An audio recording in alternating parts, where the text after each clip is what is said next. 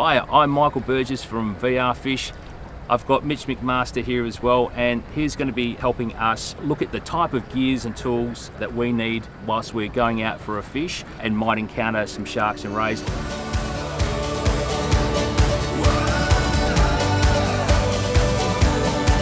Shark Mates. Catch, care, conserve. And Mitch, obviously when we're out fishing, we might be targeting snapper or flathead or whiting, but we might encounter some sharks and rays at the same time, right? Yeah, so sometimes we come out and encounter a few sharks and rays, and there's a few things that we can do to make sure that we're protecting ourselves, but also the sharks and the rays. Things like these circle hooks are fantastic for that. So these circle hooks make sure that we're hooking our fish and also our sharks and our rays in the corner of the mouth. Now, for one, it's good on our gear because it means if we hook something with teeth, they're not cutting our line, so we're not wasting our hooks.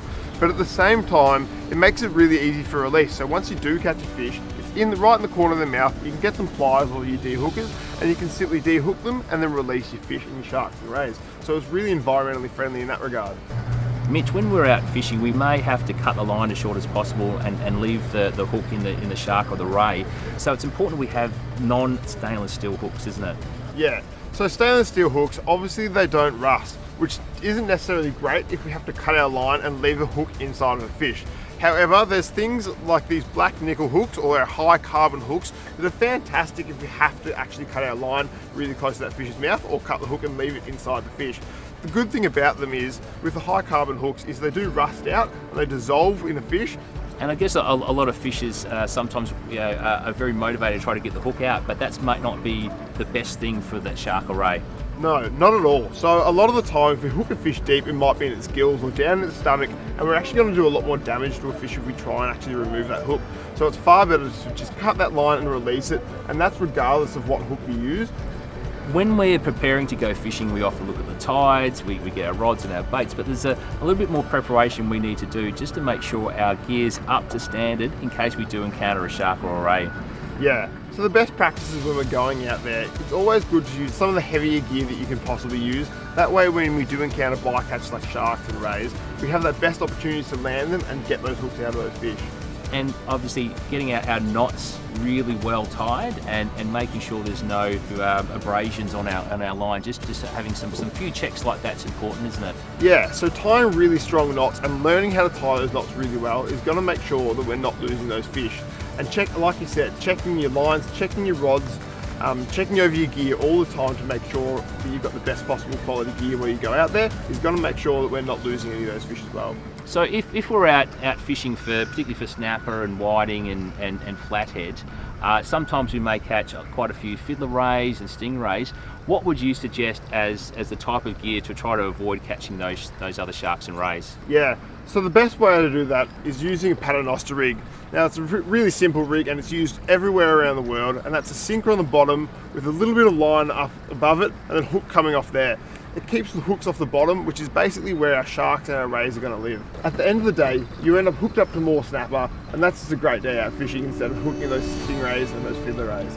We've got our fishing rods, we've got our bait, but there's some specific fishing gear and tools that we need to bring to keep us safe as well as the shark and ray. Alright, so the first thing that we're going to need is something along the lines of a de-hook like this. These things, grab your hook, pull them out, happy days. Some other stuff that we can use is long nose pliers or bent nose pliers to remove those hooks as well. It doesn't hurt to bring a pair of gloves like this. Handling fish, it protects us from the spines, but it also protects the fish's slime coat as well, especially if you keep them nice and wet. And on the same line as that, a nice wet rag as well goes a long way. Protects us and protects the fish. Bringing some extra leader in case we need to tie up some more rigs, always bring some of that. Bring our recreational fishing guide. Sometimes if we don't know the rules and regulations around our fish species that we're catching or our sharks and rays, it always pays to refer back to our recreational fishing guide and make sure that you've got the updated one every single year. And there's a phone app as well you can have as well, so at your fingertips. Yeah, so there's the Vic Fishing app as well, so you can download that and it's got all the rules and regulations on there. Also, bringing a ruler like this, it means we can measure our fish and make sure that they're over the minimum legal size, so we're not taking any undersized fish when we go fishing as well. And also it pays to bring a pair of pliers that are nice and heavy duty so we can cut those hooks if we have to as well, in case they're in us or the fish. So always bring some heavy duty pliers as well. In the event that we catch a nice sized gummy shark and we want to take it home to eat, it's important that we dispatch the shark humanely and ethically. Yeah, so always having a sharp knife, and we spike it in the brain, and we do that before we bleed it, and that makes sure we have the best quality fish in an ethical way.